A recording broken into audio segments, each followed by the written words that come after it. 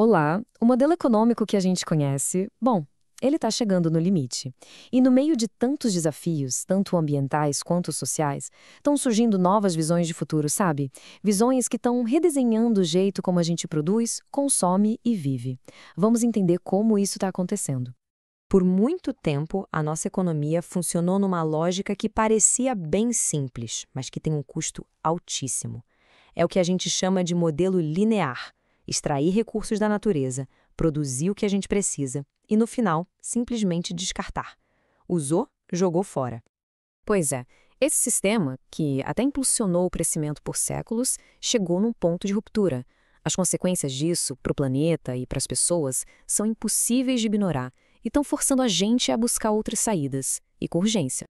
E o resultado dessa conta? A gente vê no esgotamento dos recursos naturais, na poluição dos rios, dos oceanos e, claro, nas montanhas de lixo. Isso não é só um problema para o meio ambiente, não.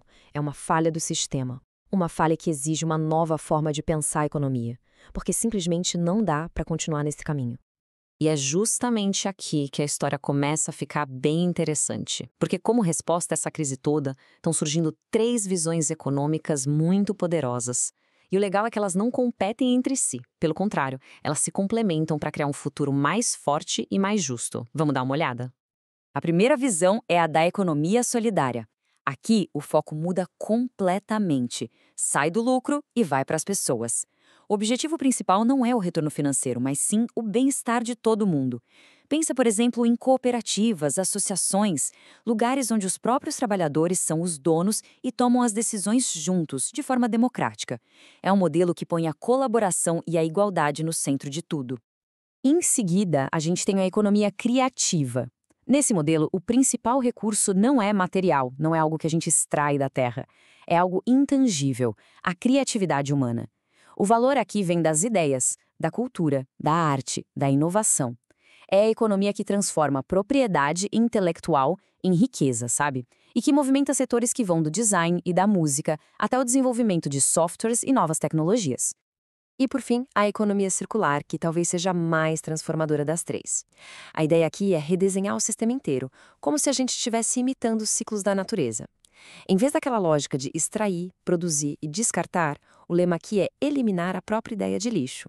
Isso significa pensar em produtos que durem, que possam ser consertados e que no fim da vida tenham seus materiais 100% reaproveitados.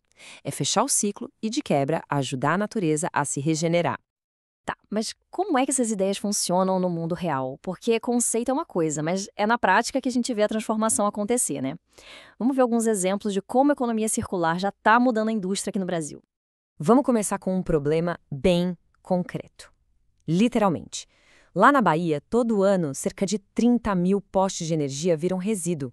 Eles ficam abandonados, criando um problema ambiental enorme e até riscos para as comunidades que tentam desmontar isso de qualquer jeito. E a solução? Veio de uma empresa local, a Eletra, com os ecopostes. O que eles fazem é genial. Pegam o material descartado dos postes velhos e transformam em postes novinhos em folha, totalmente reciclados. Simples assim. Um problemão vira recurso, o passivo ambiental some e um novo produto é criado. Agora, outro desafio gigantesco, com um impacto local enorme: o lixo eletrônico. O Brasil está entre os países que mais geram esse tipo de lixo, descartando mais de 2 milhões de toneladas de equipamentos por ano. Equipamentos que poderiam tranquilamente ter uma segunda chance. E aí entra a solução da REURB, que mostra como a circularidade pode ter um impacto social e ambiental ao mesmo tempo. A empresa coleta equipamentos de TI de outras companhias, reforma tudo e doa para projetos sociais. Eles já conseguiram ajudar mais de 26 mil jovens. Ou seja, é uma iniciativa que, ao mesmo tempo, reduz o lixo eletrônico e combate a exclusão digital. E aqui tem um paradoxo muito interessante. A gente sabe que tecnologias verdes, como os painéis solares, são essenciais. Mas o que acontece quando a vida útil deles acaba, depois de uns 30 anos? A grande maioria não foi pensada para ser reciclada, o que significa que uma solução de hoje pode acabar criando uma nova montanha de lixo amanhã. Pois é, a Sunware pensou nisso lá na frente. A empresa desenvolveu uma unidade de reciclagem móvel que funciona, olha que louco, dentro de um container. A equipe vai até onde os painéis estão, processa os materiais ali mesmo, no local, e já separa tudo para ser reutilizado. É uma solução de logística e tecnologia super inteligente para um problema que só vai crescer. Esses exemplos de inovação são fantásticos, né? Mas para a mudança acontecer em larga escala de verdade, não dá para depender só de iniciativas isoladas. É preciso uma estratégia nacional. Então, vamos ver como o Brasil está planejando apoiar e ampliar esses esforços. E o plano oficial é este aqui, a Estratégia Nacional de Economia Circular, a ENEC. É basicamente um mapa, um roteiro de 10 anos para guiar a transição do país, saindo do modelo linear e indo para o circular.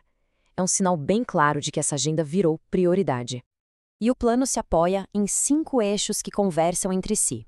Pensa assim, tudo começa com a criação de leis e regras que ajudem um ambiente normativo favorável. Com essa base, o plano quer incentivar a inovação e a educação e, ao mesmo tempo, estimular a redução do uso de recursos. Para isso sair do papel, claro, precisa de apoio financeiro. E, por fim, o plano amarra tudo com a articulação entre governo, empresas e a sociedade.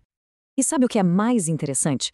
Na consulta pública, a principal demanda da sociedade foi muito clara. O eixo que mais recebeu contribuições foi justamente o de ambiente normativo. Isso mostra que existe um desejo muito forte por regras claras que possam guiar e acelerar essa transição de um jeito seguro para todo mundo. Ter um plano é um primeiro passo, e um passo importantíssimo, mas é na hora de colocar em prática que os desafios de verdade aparecem. Não adianta ter um projeto lindo no papel, é preciso superar os obstáculos do mundo real. E esses obstáculos são bem complexos. Falta, por exemplo, leis específicas para estruturar a economia criativa, falta financiamento para pequenas empresas inovadoras. Mas o desafio central é duplo. Primeiro, conseguir coordenar as ações de todo mundo, governo, empresa, sociedade, e talvez o mais importante de tudo, garantir uma transição justa que inclui e valorize os trabalhadores informais, como os catadores, que, vamos combinar, já são a base de muitas cadeias de reciclagem no país.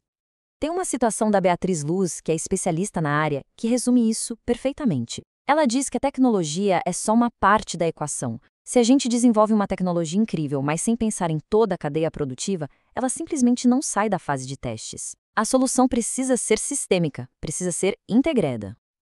Então o cenário que a gente tem é este. Os princípios existem, as inovações já estão acontecendo e até um plano nacional a gente já tem.